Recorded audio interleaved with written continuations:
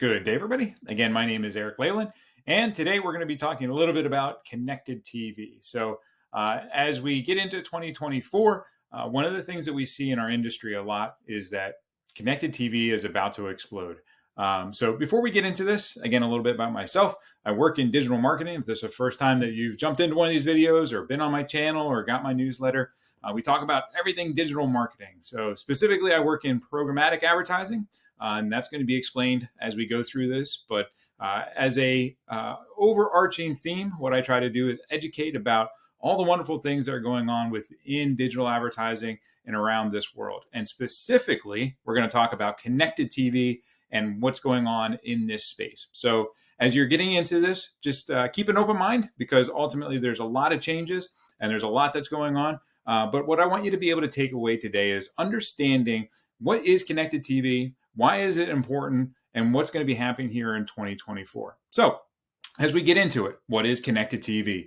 As it kind of states, connected TV is the ability to watch streaming TV through a device that you're connecting to. So when you look at this industry, connected TV is talking about accessing TV through a connected device. So this can actually live in a couple different capacities. It can be the TV screen. That's kind of what everybody thinks of, but it can also be your mobile device. It can be your tablet. It can be even a gaming system. So a lot of the gaming systems connect to these services and you can stream TV. So it's connected. So over the top is another term that's used a lot in this environment. And over the top is OTT. And you're going to see these acronyms. They play in this field all the time. And sometimes they're synonymous with each other, but they're not the same thing. OTT is the provider.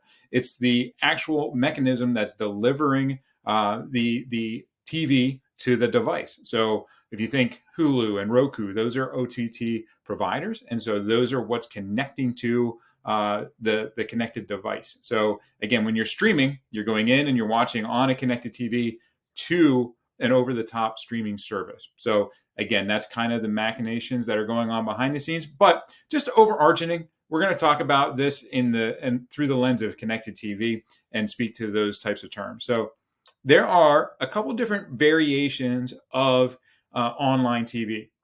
There's ad-free and ad-supported. So to boil it down, those are the two primary ways that people are engaging within this environment. So ad-free is obviously a subscription-based landscape. So think Amazon Prime is a way. And ultimately, again, you're paying for the content and you're paying for no ads. So the other option is to have ad-supported TV. So I work in advertising. Which one do you think I favor? Obviously, the ad-supported one. So in this environment, you're getting ads delivered to your streaming TV. And ultimately, again, in this capacity, you're going to get lots of different types of environments to be in. So you can read through some of all these. I'll link it in the comment section of the video. But again, there's lots of different options. And we talk about YouTube and Roku. There's different Freevee, Tubi, Pluto TV. These are all different types of ad-supported platforms where you can engage and watch streaming TV. And it's predominantly how people are using it as well. There's lots of different options. I was talking with a friend of mine just a couple of days ago, and obviously a lot of us cut the cord to save money on streaming. Well, what happens? Now you have to pay for Prime, you have to pay for Hulu, you have to pay for Netflix, you have to pay for all these services. And at the end of the day, now you're paying just as much as you were, sometimes if not more than you were with the cable. So again, that's why many people are going to the ad-supported TV streaming options, because with ad-supported revenues coming in from these different areas, these services themselves sometimes are free or at very low cost. So again, ads, my world, I love it, right? I want to be able to reach audiences, and ad-supported TV allows for that. And to kind of dial us back, and I've talked about this before, Netflix is moving into this environment.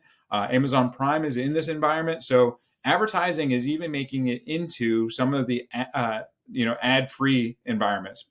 And why is that? Because they see it's profitable, right? There's lots of advertisers that are willing to pay to get their message across. And why is that? Because we know that linear and broadcast TV is going the way of the dodo bird, right? Less and less people are engaging on it. We've actually hit that benchmark where we now have more people streaming than we do have within connected TV or in linear TV.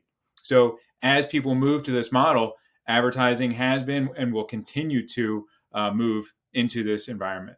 And as we talk about this in 2025, it's expected to reach $21.5 billion of projected advertising that's going to be injected into connected TV. Now, to talk about, there's lots of different ways to buy this environment. You can go private marketplace, you can go direct, and you can go through the programmatic channels. So I won't go into all the specifics, but there's lots of ways to buy into connected TV. Myself, we help to drive these types of engagements, drive these types of connections. So if you have an audience that you're trying to reach in a connected TV environment, there's lots of ways to do it. That's also the hurdle. There's lots of ways to do it. Lots of different publishers. As you can see, there are lots of types of inventory types that you're going to have to buy into. So again, my job is to figure this mess out, to figure the right way to connect your message with the audience that's out there, and use all the platforms that are available to us to make sure that that's happening. So when you look at the inventory types, there's so many different ways that you can target, which again is the challenge. The challenge within connected TV, the challenge within programmatic advertising is the many ways that you can engage with it, right? When you look at Google, yes, there's a lot that's happening there, but it's one platform. When you look at Meta, which is where most social advertising is being placed, it's really two platforms, maybe three if you count Messenger, but or WhatsApp. But ultimately, you have Facebook and Instagram as the two platforms. So two platforms. Now you dial it back, and if you look at connected TV, this is just TV streaming. Look at all the options that are at your fingertips. There are so many different places to be.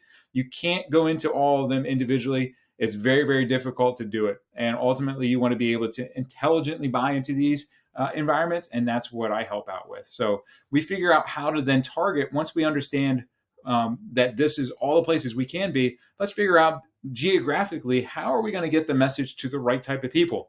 Most people that I work with are not doing the entire country, right? You're targeting your parameters of targetable addresses, the geography that you're trying to target, and narrow that focus down so that you're not wasting ad dollars.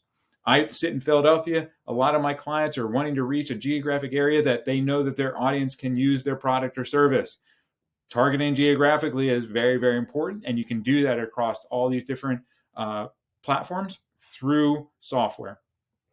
So again, lots of options, lots of ways to buy into it, and lots of ways that people are engaging on it. So what do? Again, take this massive programmatic connected TV landscape, figure out and boil it down to what are the targeting types, what are the areas that you want to be, and figure out a plan and use the dollars intelligently to promote yourself in this environment to connect you to your potential customer and make that story happen. So again, if you have questions about it, if you've been hesitant, maybe you've been reticent to get into this because it doesn't make any sense, come speak to us. We'll boil it down. We'll make it simple. We'll make it accessible, and we'll make it work for you. Again, my name is Eric Leyland, and I'm here to help.